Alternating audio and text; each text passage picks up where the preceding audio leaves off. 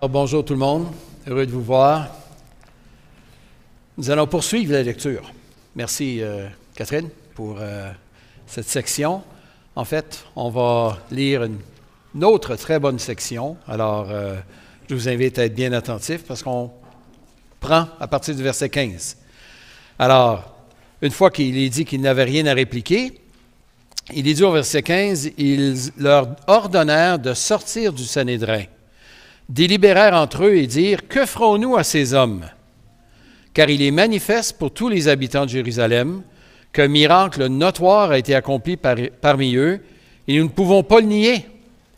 Mais afin que cela ne se diffuse pas davantage parmi le peuple, défendons-leur avec menace de parler désormais à qui que ce soit en ce nom-là. » Alors ils les appelèrent, leur défendirent absolument de parler et d'enseigner au nom de Jésus. Pierre et Jean leur répondirent, « Est-il juste devant Dieu de vous obéir plutôt, de vous obéir plutôt qu'à Dieu? À vous d'en juger, car nous ne pouvons pas ne pas parler de ce que nous avons vu et entendu. » Ils leur firent de nouvelles menaces, et ils les relâchèrent sans trouver le moyen de les punir à cause du peuple. Tous, en effet, glorifiaient Dieu de ce qui était arrivé, car l'homme qui avait été l'objet de cette guérison miraculeuse était âgé de plus de 40 ans. Après avoir été relâchés, ils allèrent vers les leurs et racontèrent tout ce que les principaux sacrificateurs et les anciens leur avaient dit. Lorsqu'ils l'eurent entendu, d'un commun accord, ils élevèrent la voix vers Dieu et dirent, « Maître, toi qui as fait le ciel et la terre, la mer et tout ce qui s'y trouve, c'est toi qui as dit, par l'Esprit Saint, de la bouche de notre Père, ton serviteur David, citation du psaume 2, « Pourquoi les nations sont-elles agitées et les peuples ont-ils eu de vaines pensées? Pourquoi les rois de la terre se sont dressés contre les chefs et se sont ligués contre le Seigneur et contre son oint? » Fin de la citation. Et là, la prière continue. « Car en vérité, contre ton saint serviteur Jésus, à qui tu as donné l'onction, Hérode et Ponce Pilate se sont ligués dans cette ville avec les nations, avec les peuples d'Israël, pour faire tout ce que ta main et ton conseil avaient déterminé d'avance. Et maintenant, Seigneur, sois attentif à leurs menaces. Donne à tes serviteurs d'annoncer la parole en toute assurance. Étends ta main pour qu'il se produise des guérisons, des signes et des prodiges par le nom de ton saint serviteur Jésus. » Quand ils eurent prié, le lieu où ils étaient assemblés trembla. Ils furent tous remplis du Saint-Esprit et ils annonçaient la parole de Dieu avec assurance. On saute au chapitre 5. La prédication d'aujourd'hui touche la question d'annoncer l'Évangile dans l'opposition. Alors, on s'en va dans un cran plus élevé maintenant dans l'opposition, verset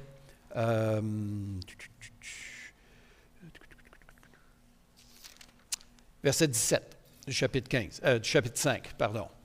On finit par y arriver. Acte 5, verset 17.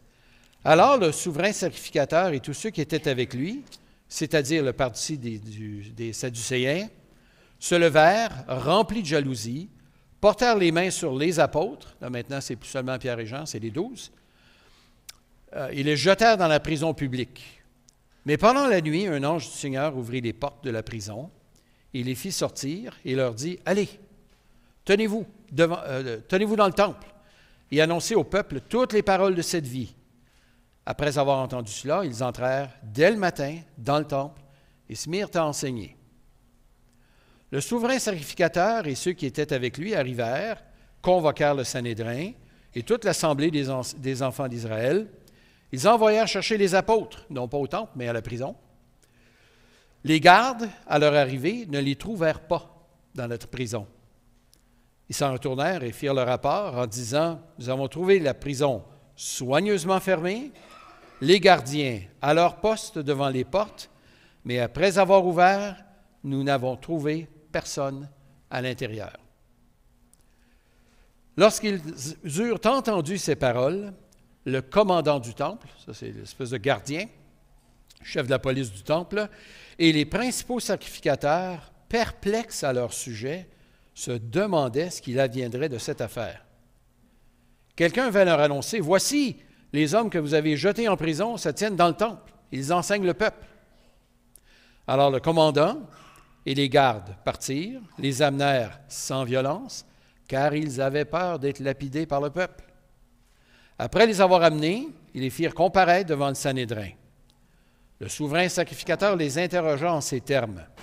En fait, il n'interroge pas, il déclare. « Nous avions formellement défendu d'enseigner en ce nom-là.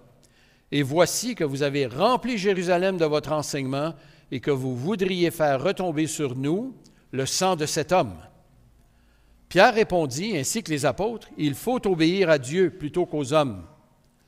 Le Dieu de nos pères a ressuscité Jésus, que vous avez tué en le pendant au bois. Dieu l'a élevé par sa droite comme prince et sauveur pour donner à Israël la repentance et le pardon des péchés. Nous sommes témoins de ces choses, de même que le Saint-Esprit que Dieu a donné à ceux qui lui obéissent. » Et là, on a presque une reprise de ce qui est arrivé au chapitre 4. En les entendant, à ce fois-ci, là, ils étaient exaspérés. Vous avez déjà été exaspérés? Le verbe est fort. Hein? Ils étaient exaspérés et ils auraient voulu les faire mourir. Mais un pharisien, du nom de Gamaliel, celui qui sera le maître à penser de Paul, jusqu'à sa conversion. Alors, Gamaliel, docteur de la loi, estimé de tout le peuple, se leva dans le Sanhédrin et donna l'ordre de faire sortir ces hommes un instant. Puis il leur dit, « Vous, Israélites, prenez garde à ce que vous avez l'intention de faire à l'égard de ces hommes. Car il n'y a pas longtemps que se leva Teudas, qui se disait quelqu'un et auquel se rallièrent environ 400 hommes. Il fut tué, et tous ceux qui lui obéissaient furent mis en déroute, et il n'en resta rien. Après lui se leva Judas le Galiléen, rien à voir avec le Judas qu'on connaît, à l'époque du recensement. Il entraîna du monde à sa suite. Il périt aussi, et tous ceux qui lui obéissaient furent dispersés. Et maintenant, je vous le dis, ne vous occupez plus de ces hommes. Laissez-les aller. Si cette entreprise ou cette œuvre vient des hommes, elle se détruira. Mais si elle vient de Dieu, vous ne pourrez pas la détruire. Prenez garde, de peur de vous trouver en guerre contre Dieu. » Ils se rangèrent à son avis. Donc la sentence de mort est levée. Puis ils appelèrent les apôtres, ils les firent battre de verge, ça c'est des coups de fouet. Ils leur défendirent de parler au nom de Jésus et les relâchèrent. Ceux-ci se retirèrent de devant le Sanhédrin, joyeux, joyeux d'avoir été jugés dignes de subir des outrages pour le nom du Seigneur. Et chaque jour, au temple et dans les maisons, ils ne cessaient d'enseigner et d'annoncer la bonne nouvelle du Christ Jésus. Le livre des Actes des Apôtres, c'est une narration qui nous présente des vignettes, qui nous présente des fenêtres, des épisodes, et à l'occasion, on a des sommaires. Et ces sommaires nous permettent de reprendre notre souffle un petit peu avant d'embarquer dans un autre épisode. Alors, jusqu'à présent, nous avons vu Jésus qui a donné ses instructions à ses disciples avant d'être enlevé au ciel, les disciples réunis dans la chambre haute, l'élection du 12e apôtre en remplacement de Judas, ensuite la descente du Saint-Esprit, suivie de la première prédication publique de l'apôtre Pierre, un résumé de la vie de l'Église, André nous en a parlé il y a 2 semaines, ensuite un autre épisode, la guérison d'un homme dans le temple, un homme qui était boiteux de naissance, boiteux pendant 40 ans, et il est guéri. Et c'est donc tout de suite après ça qu'il y a eu une nouvelle prédication au temple, et c'est là où les Sadducéens et les gardiens du temple mettent la main sur les apôtres. Et l'histoire se continue. Il y a une petite pause au verset 4 du chapitre 4, à l'effet que le nombre de disciples vient d'augmenter à 5000. Ensuite, on reprend, la caméra revient maintenant dans la salle d'audience avec le Sanhédrin qui est réuni, les menaces, les réponses, la réponse de Pierre, ils sont relâchés. Ensuite, on se déplace encore et on s'en va à une réunion de prière. Et ensuite, un autre résumé Après quoi, bon, il y a eu les épisodes au chapitre 5 que Pierre Klipfel nous avait présentés plus tôt cette année, après le résumé. Ensuite, il y a un autre résumé, chapitre 5, versets 12 à 16, où on nous résume encore là des miracles. Alors, vous voyez que le temps passe rapidement, tout d'un coup, il arrête. Le résumé, on rapide, ensuite on arrête. Alors, là où on arrête, ce sont des moments importants. Ces discours, ces événements, ils sont rapportés pour notre instruction. En fait, le livre des Actes et la série que nous présentons cet automne est tout indiqué, un, pour nous enseigner comment annoncer l'Évangile, deuxièmement, pour nous ragaillardir, raffermir notre confiance dans le message de l'Évangile. Troisièmement, nous donner confiance dans la puissance et la pertinence de ce message. Il est encore pertinent, même si le monde nous dit qu'on est impertinent.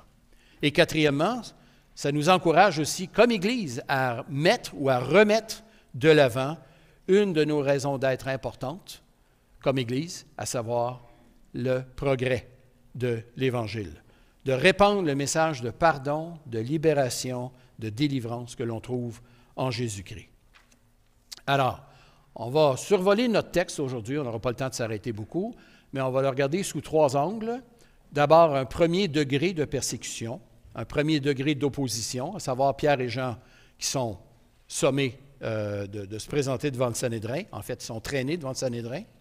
Donc, on a une arrestation, la comparution et l'interdiction formelle. On a, deuxièmement, leur réponse. Non pas sur le coup, mais après. Donc, une fois qu'ils seront sortis du Sanhédrin, qu'est-ce qui va se passer? Et ensuite, on va voir un autre événement, un autre épisode d'opposition. Et on aborde donc cette question ce matin de l'Évangile qui est annoncé dans l'opposition. Alors, tout d'abord, chapitre 4, versets 1 à 22, on ne prendra pas le soin de lire encore, mais Pierre et Jean sont arrêtés, donc tout de suite après leur discours au Temple. André nous a présenté ça la semaine dernière, un discours qui appelait les gens à quoi? À répondre à leur message, à savoir se repentir, se convertir, se tourner vers Dieu pour que leurs péchés soient effacés.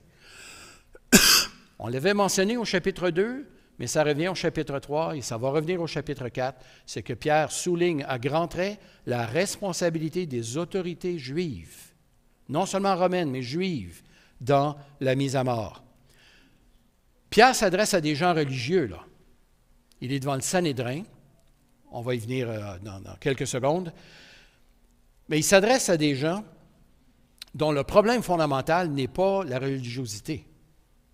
Ce n'est pas la piété. Ce n'est pas le fait de croire en Dieu. Mais c'est le fait qu'ils sont coupables devant Dieu. Et par extension, même si nous n'avons pas mis à mort le Seigneur Jésus, la Bible nous dit que nous sommes tous coupables parce qu'on est tous idolâtres. Aucun de nous n'a aimé Dieu de tout son cœur, toute son âme, toute sa force, tout notre temps. Et les religions, jadis et aujourd'hui, n'ont jamais manqué. Notre monde actuel nous présente toutes sortes de formes de spiritualité, mais sans jamais régler notre problème essentiel. C'est-à-dire notre culpabilité devant Dieu. Ça, c'est notre problème fondamental. Toute spiritualité, toute religion, peu importe son origine ou sa forme, qui ne traite pas du péché, ce n'est pas l'Évangile. C'est un succédané, un placebo, qui n'est d'aucune efficacité, aucune utilité. Pire, ces formes de spiritualité donnent l'impression à leurs adeptes d'être en règle avec Dieu, alors qu'ils sont encore sous sa condamnation. Donc, tout système de valeurs ou toute religion qui repousse le péché à la périphérie, eh bien, ne prend pas au sérieux notre réel état devant Dieu. Christ n'est pas mort pour qu'on ait une meilleure spiritualité. Il est mort pour nos péchés. D'autre part, si nous voulons annoncer l'Évangile, sans aborder la nécessité, tôt ou tard, de se repentir, ça, c'est de la poudre de perlimpinpin. C'est un élixir inefficace Si le Nouveau Testament enseigne le salut en Jésus-Christ, mais ce salut consiste à recevoir le pardon de nos péchés. Il est là le salut. De recevoir le pardon de nos péchés par la foi, par la seule grâce de Dieu, grâce à la mort sacrificielle de Jésus à la croix. Donc, une juste annonce de l'Évangile s'assurera d'insister sur le pardon des péchés. On ne peut pas escamoter la repentance et le pardon des péchés comme réponse à l'Évangile. En fait, l'Évangile de Jésus-Christ n'est un message de libération, de réconciliation et de pardon que dans la mesure où nous reconnaissons notre rébellion, notre perdition, notre condamnation, notre prison. Chaque être humain, à des degrés divers, on s'entend, mais est accusé par sa conscience. Et notre conscience nous appelle à la repentance. Donc, les acteurs de cette première arrestation, de cette première opposition, là on va y aller un petit peu plus graduellement dans le texte, sont nommés au verset 1, les sacrificateurs, le commandant du temple et les Sadducéens. Je répète que ce sont des gens pieux, mais séparés de Dieu.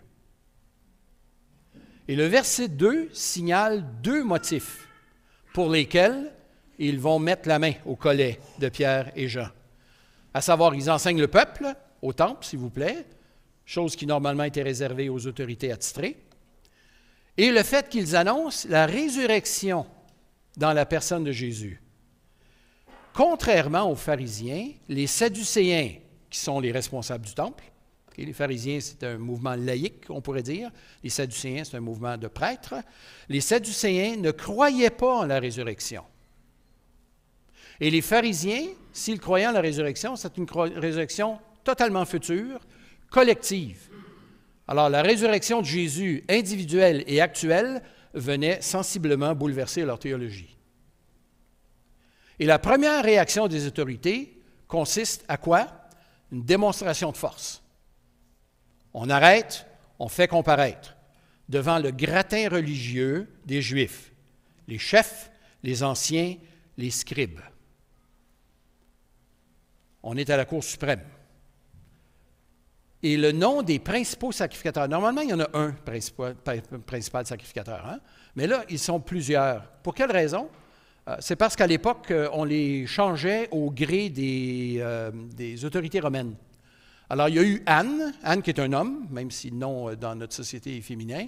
Anne, c'est un homme qui a été grand prêtre de l'an 6 à l'an 14, après Jésus-Christ.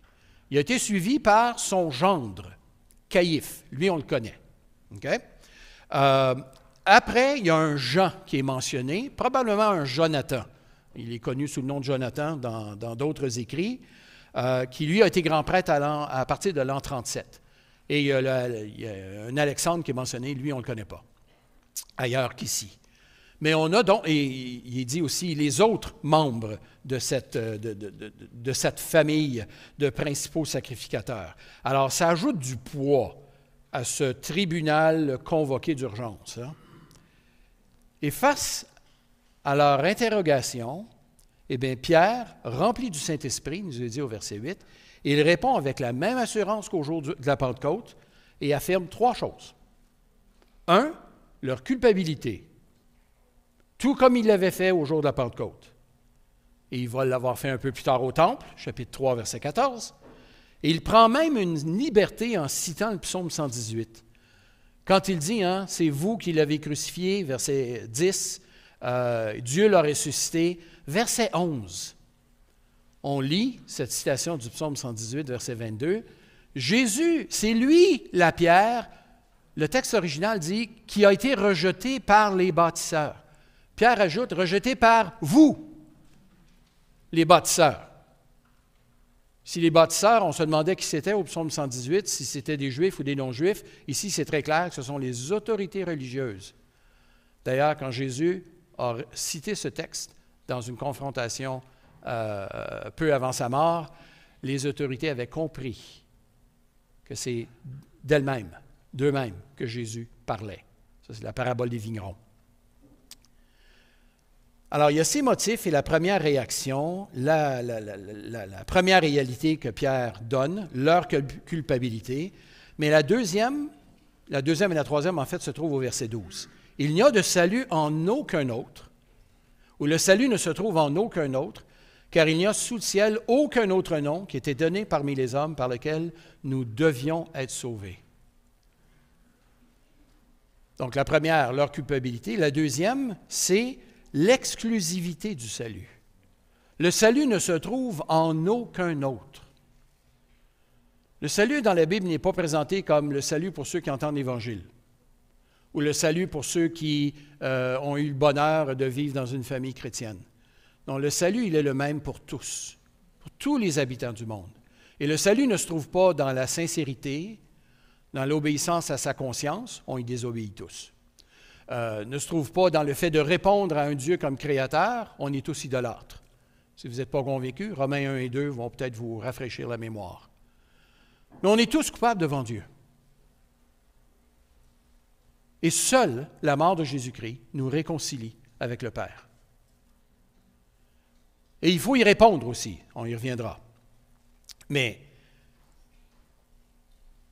encore ici, je tiens à souligner que Pierre s'adresse à qui? Il s'adresse à des Juifs. Le salut n'est pas seulement pour les païens, il est aussi pour les Juifs. Vous savez que la place des Juifs dans le plan de Dieu actuellement, ça fait l'objet de débats assez intenses en théologie.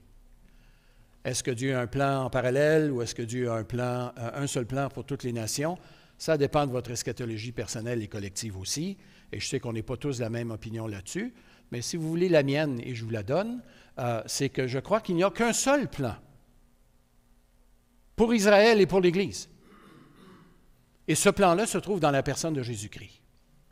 Tous sont appelés à placer leur confiance en Jésus-Christ. Pierre s'adresse à des Juifs. Et c'est à eux qu'il dit que le salut ne se trouve en aucun autre. Ils ne sont pas sauvés du fait qu'ils sont Juifs. Ils ont besoin, eux aussi, d'être sauvés. Le salut se trouve exclusivement dans la personne de Jésus. Le salut n'est pas militaire, ni parlementaire, ni budgétaire, ni protestataire, ni autoritaire, ni universitaire, ni humanitaire, ni sacramentaire. Non, notre problème fondamental ne se situe pas au plan existentiel ou au plan de l'identité sexuelle, j'en ai parlé dans 1 Pierre, mais au plan spirituel. C'est là où est notre problème fondamental. Et parce que notre problème fondamental, c'est celui d'être séparé de Dieu à cause de nos péchés, eh bien, nous avons besoin d'un sauveur, d'un libérateur spirituel. Nous avons besoin de quelqu'un pouvant laver nos consciences, capable de nous amener et de nous présenter devant Dieu, maintenant pardonnés. Je souligne que le thème du pardon des péchés, si vous relisez les 4, 5 premiers, 6 premiers chapitres du livre des Actes, le thème du pardon des péchés apparaît à maintes reprises. Enfin, troisième élément, dans cette réponse de l'apôtre Pierre, Pierre souligne non pas seulement l'exclusivité du salut, mais il souligne aussi la nécessité du salut. Il dit, il n'y a sous le ciel aucun autre nom qui ait été donné parmi les hommes par lequel nous devons être sauvés. Je me souviens que j'ai dû me débattre avec ce verset-là à un moment donné, parce que j'avais tendance à lire « par lequel nous pouvons être sauvés ». C'est vrai, mais ce n'est pas suffisant, parce que ce n'est pas ce que le texte dit. Le texte dit que nous devions être sauvés. Cette petite particule, petit verbe de 3 lettres en grec, apparaît une quarantaine de fois dans Luc et Actes, et ça souligne, la plupart du temps, une nécessité divine. Il fallait que le Fils de l'homme soit rejeté, etc. C'est le verbe. Ici, par lequel nous devions être sauvés. Le salut n'est pas un luxe, ça devient une nécessité. Maintenant, pour quel motif les autorités juives rejettent-elles le message de Pierre? à propos de Jésus? On pourrait en trouver plusieurs. Des intrigues politiques, des questions d'autorité, de contrôle, la peur de troubles sociaux, la perte de pouvoir, des relations déjà fragilisées avec Rome, puis j'en passe. Les motifs pour rejeter l'Évangile, encore aujourd'hui, sont nombreux, mais ils peuvent se résumer souvent à un motif: la peur, la crainte. À propos de Jésus, les autorités religieuses avaient déjà dit dans Jean, et c'est là où on voit Anne et Caïphe, dans Jean 11, qui avait déjà dit « Cet homme fait beaucoup de miracles. » C'est drôle parce que là, il vient d'en avoir un aussi. « Mais cet homme fait beaucoup de miracles. Si nous le laissons faire, tous croiront en lui. Les Romains viendront nous enlever et notre lieu saint et notre nation. » Jean 11, 47 et 48. Et Caïphe avait ajouté, au verset 50, « Il est avantageux qu'un seul homme meure pour le peuple et que la nation entière ne périsse pas. » Lui, il disait ça au plan politique. Et Jean nous dit que sans le savoir, il a prophétisé aussi au plan spirituel. N'est-ce pas que lorsqu'on entend l'Évangile, la première fois, ou les premières fois, on fait face à nos craintes? Crainte d'être rejeté, crainte d'être découvert, crainte de perdre ce qu'on a, crainte de perdre notre vie. Écoutez bien ceci, rejeter l'Évangile n'a rien de rationnel. C'est plutôt émotionnel. On ne rejette pas l'Évangile sur des bases rationnelles. L'Évangile est béton au plan rationnel. Toutes les évidences historiques, on surpasse de loin tout ce qui pourrait s'affirmer religion. Les évidences sont énormes. Et pourtant, notre monde ne reçoit pas l'Évangile. Pour quelle raison? Parce que notre monde est rationnel? On aimerait se le croire, se le laisser croire. Parce que notre monde est scientifique? Non. Notre monde est émotif. Notre monde vit dans la crainte. Et les autorités juives font face à deux évidences. Et là, je commence à entrer un petit peu plus profondément dans le texte. Mais ils font face à deux évidences. D'abord, l'assurance de Pierre, qui se manifeste avec un discours solide, mais l'homme guéri. Verset 14, ça nous a été lu tantôt. « Voyant debout auprès d'eux l'homme guéri, il n'avait rien à répliquer. » En fait, Luc va s'amuser à nous dire ça 5 fois. Je vais revenir assez souvent avec le chiffre 5 dans les minutes qui vont venir. On dirait que les choses apparaissent 5 fois. Luc va dire, il n'avait rien à répliquer.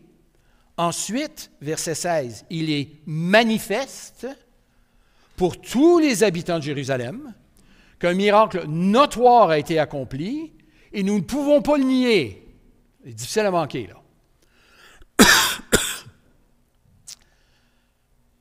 Alors, les autorités sont prises avec ce qu'on appelle une patate chaude. Et comment vont-elles répondre? Mais quand on ne peut nier les faits, on peut tout simplement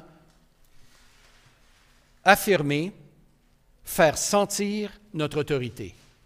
Et les versets 17 à 21 présentent la réponse des autorités juives avec, encore là, 5 insistances. Défendons-leur avec menace de parler à qui que ce soit, et ils leur défendirent absolument de parler. Il me manque la 5e.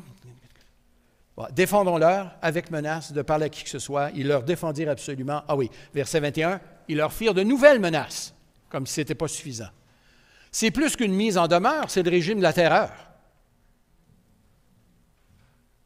Et c'est ça que les autorités avaient à placer devant les apôtres. Allons-y maintenant avec la deuxième partie. La première était beaucoup plus longue, la deuxième et la troisième sont beaucoup plus courtes. Mais la réponse des disciples à l'opposition, comment est-ce qu'ils ont répondu? eh bien, ils se réunissent, mais je reviendrai au verset 19, lorsque Pierre dit il faut obéir à Dieu plutôt qu'aux hommes. Je reviendrai au chapitre 5 parce qu'on trouve la même chose.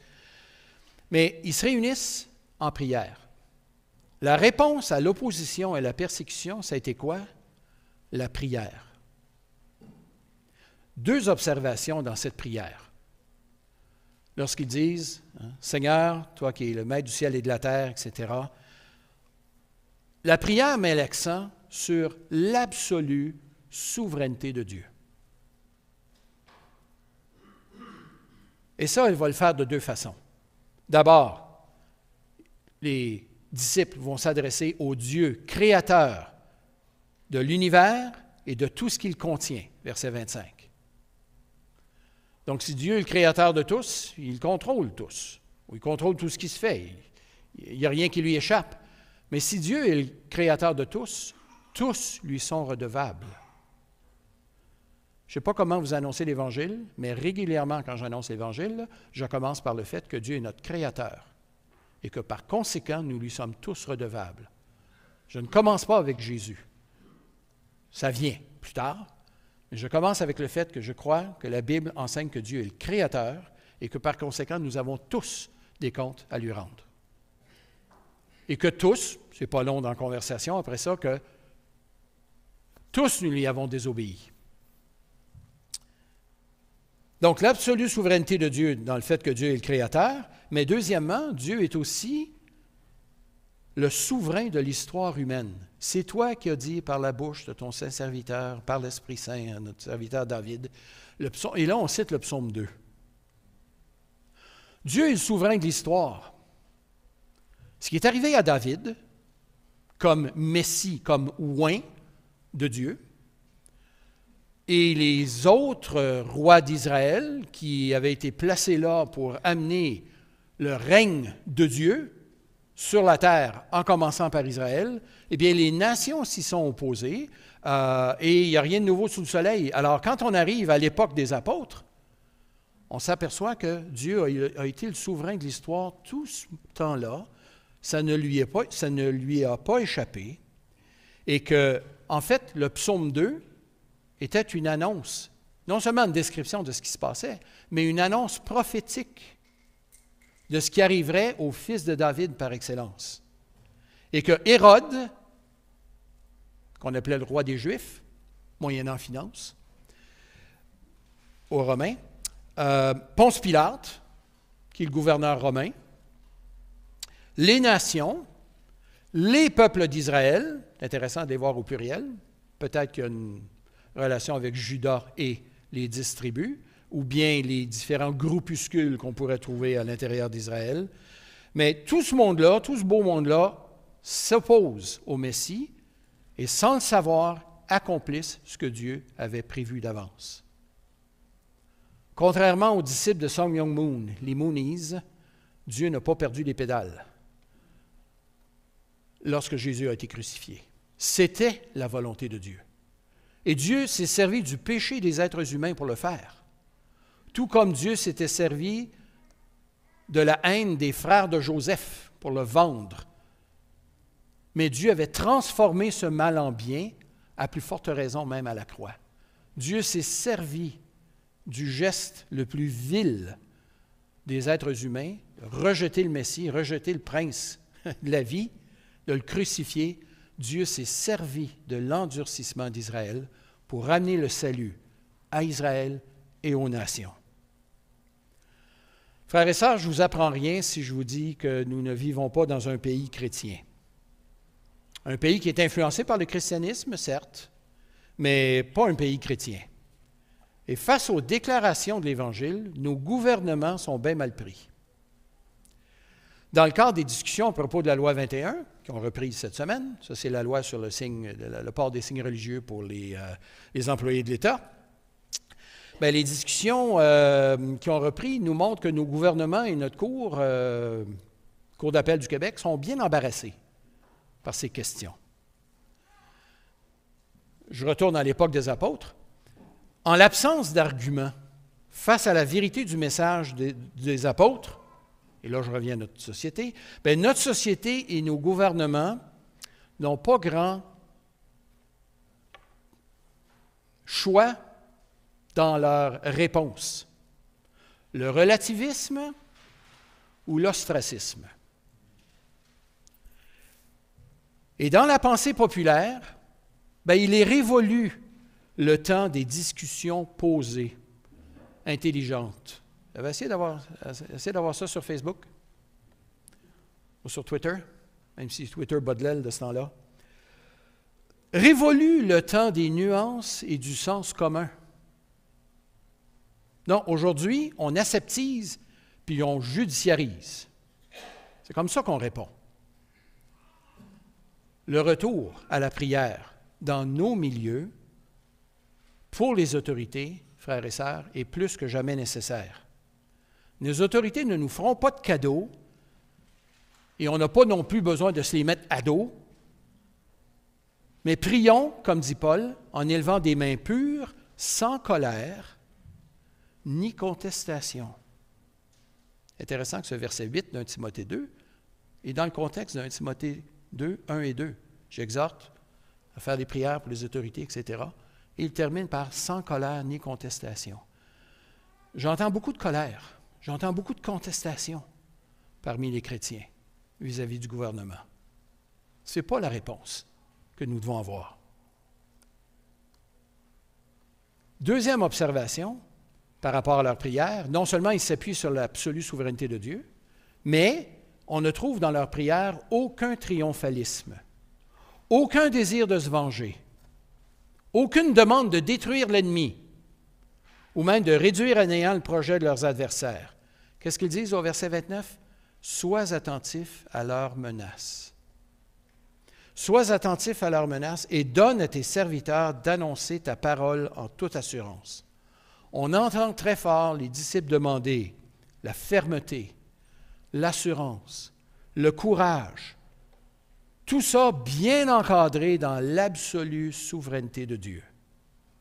On les entend aussi demander que Dieu intervienne par une série de signes, de prodiges, de miracles, tout comme il y en avait eu un dans le temple, chapitre 3, et tout comme il y en aura une série au chapitre 5, qui va arriver juste avant la deuxième vague de persécution. Donc, face à l'interdiction et aux menaces, les disciples demandent à Dieu de l'assurance et non pas un changement de circonstances. Ils avaient compris que la mort et la résurrection de Jésus n'avaient pas été des accidents de parcours. Ils comprennent aussi que l'opposition à l'Évangile n'a rien d'inhabituel. Et l'opposition à laquelle ils font face n'est pas le signe de la désapprobation de Dieu. C'est le signe que la volonté de Dieu s'accomplit, tout comme il l'avait déjà mentionné au psaume 2. Troisièmement, au chapitre 5, à partir du verset 17, on arrive à un autre degré d'opposition. Ça monte d'un cran et c'est même un prélude au meurtre d'Étienne qui va arriver au fin du chapitre 7. On a ici l'arrestation et la flagellation qui témoignent d'une persécution qui s'y intensifie. Luc rapporte d'abord une série de miracles, versets 12 à 16, mais les Sadducéens fourbissent leurs armes et là maintenant ils arrivent au verset 17, mieux équipés. Et de façon ironique, Luc nous présente encore les pharisiens, les Sadducéens, en fait tout le Sanhédrin, qui font face encore à une situation qu'ils ne comprennent pas et qu'ils ne contrôlent pas. Ils les enferment et ils vont les chercher le lendemain matin, la place est vide. Arsène Lupin est passé. Et Luc, il va d'un nouveau groupe de 5 expressions. On pourrait en mentionner jusqu'à 7. Elles sont au début des versets. Pour souligner leur surprise, leur incompréhension, leur perte de contrôle dans cette situation. Et plutôt que de les regarder, j'aimerais vous présenter 5 réflexions par rapport à cet épisode au chapitre 5.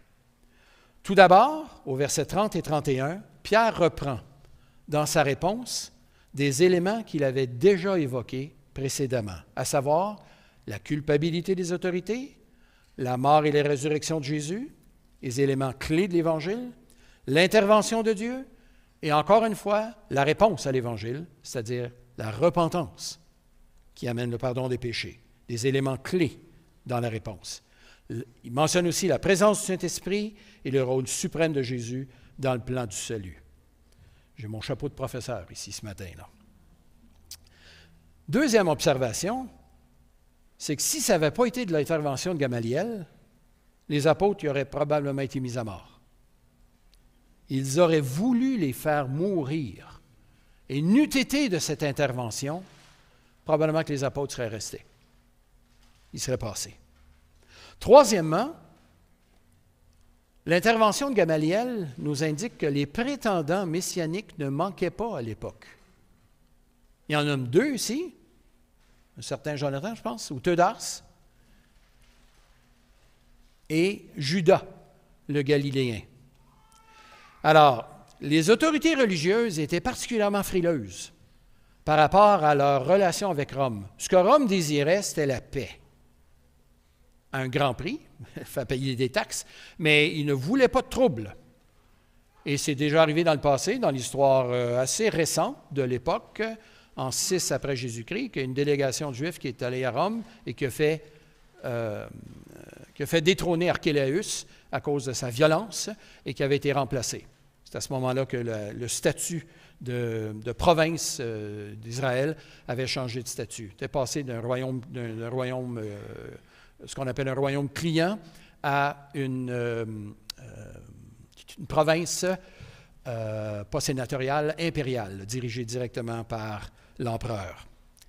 Alors, les prétendants messianiques ne manquaient pas et ça rendait les autorités religieuses particulièrement sur les dents.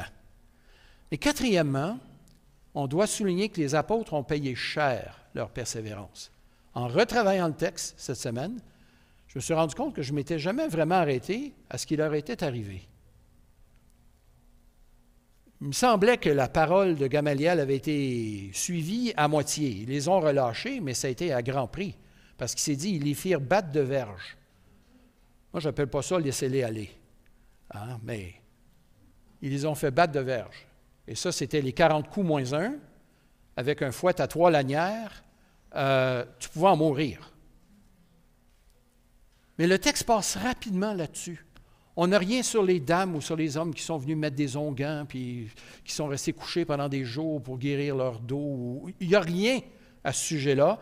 Ils se retirent, en tout cas, ils se font défendre de parler au nom de Jésus. Ensuite, les apôtres sont relâchés. Donc, leur réaction aux disciples face à ce degré d'opposition, de persécution maintenant qui vient de monter d'une grande coche, leur réaction, ça n'a pas été de faire valoir leurs droits, ça n'a pas été de faire des marches dans Jérusalem, ça n'a pas été de faire des convois. Non, qu'est-ce que ça a été? Ça a été la joie d'avoir été jugé digne de souffrir pour Jésus-Christ et de continuer à annoncer la bonne nouvelle de Jésus-Christ. C'est ça la réponse chrétienne, frères et sœurs. De se réjouir d'être persécuté. Et ça, c'est à des années-lumière de notre pensée. Notre réaction quand on nous marche sur le gros orteil, c'est de pousser. Même si c'était le gouvernement. Notre réaction doit être celle des enfants de Dieu. De prier, que le Seigneur nous donne le courage de persévérer et de tenir le coup. Et notre prière pour l'Église persécutée n'est pas de renverser les gouvernements. J'ai appris la semaine dernière que le pourcentage de chrétiens en Chine est à peu près de 8%. On est à 1,5% au Québec. Il est à 8%. Ça veut dire qu'il y a à peu près 300 millions de Chinois qui sont chrétiens. Bon, avec le troisième mandat de Xi Jinping, qui s'est approprié tous les pouvoirs et une hausse dans la persécution, eh bien, il y a des chrétiens qui commencent à s'exiler et s'en aller dans les pays autour. J'ai un étudiant, quand il aura fini, il s'en va vivre, soit au Tadjikistan ou dans ce coin-là, pour travailler parmi les Chinois chrétiens, pour les encourager à ce que les églises en Chine envoient des missionnaires exercer un ministère auprès des Chinois en exil et auprès des autres peuples en exil. Ça n'apparaît pas, ça, dans la presse plus. Ça n'apparaît pas dans l'Ottawa Citizen. Ça n'apparaît pas dans les téléjournaux.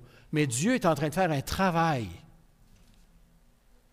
Là où l'Église a le plus avancé dans les derniers 5 ans, c'est en Iran. Ce qu'on entend de l'Iran, ce n'est pas jojo. Et pourtant, Dieu fait son travail. Les chrétiens, avec leur peu de théologie, je dois dire, j'ai déjà rencontré des gens qui venaient de ces pays, d'Inde, du Pakistan, une théologie que je qualifierais de minimale. Et pourtant, ils tiennent le coup. Ils aiment Jésus, veulent le faire connaître. Mes amis, on se sent déshabillé devant eux. Donc finalement, cinquièmement, l'appel de désobéir, ou l'appel à désobéir aux autorités, qu'on trouve au verset 29 ici, et qu'on a trouvé au chapitre 4, eh bien, il touche à l'annonce publique de l'Évangile, à l'annonce franche de la personne de Jésus, au témoignage à lui rendre directement. Il n'est pas question de s'opposer aux autorités pour d'autres motifs que celui-là. Du moins, pas dans le texte. Et si vous voulez vous argumenter à partir d'autres textes, j'en ai une autre lecture aussi. Mais invoquer le devoir de désobéissance civile pour une autre raison que celle-là, je vais avoir des téléphones, nuit sensiblement à la proclamation de l'Évangile. Et ça, dans d'autres églises au Québec, ils l'ont vécu. Frères et sœurs, les apôtres ont connu bien pire. Et ils ont su bien réagir. Rappelons-nous que notre citoyenneté n'est pas d'abord canadienne, québécoise. Notre citoyenneté est céleste. Vous êtes content d'être ici? Moi aussi. Mais on n'est pas chez nous. Pas notre chez nous ultime. Et l'endurcissement de ce monde ne se laissera pas vaincre ni convaincre. Et quand on ne sait pas quoi faire, d'habitude dans le monde, qu'est-ce qu'on fait? On tente d'étouffer l'affaire, on met la patte et on tente de contrôler. Même quand c'est contraire aux évidences. Et Dieu doit intervenir dans les cœurs et ça doit être là un de nos sujets de prière. Alors revenons maintenant au thème de l'opposition et de la persécution et je termine avec ça.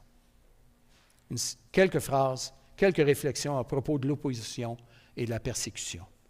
La persécution, frères et sœurs, n'est pas à craindre.